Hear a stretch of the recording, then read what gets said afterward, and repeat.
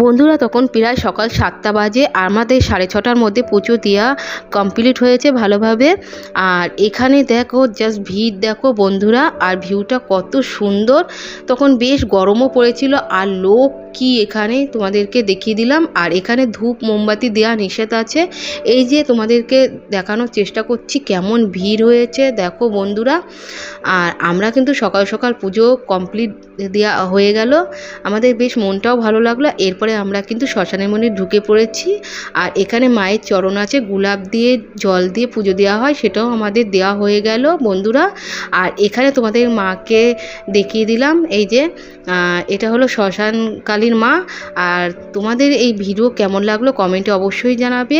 এইভাবে ছোট ছোট ভিডিও দেব তোমাদের সামনে তুলে ধরবো।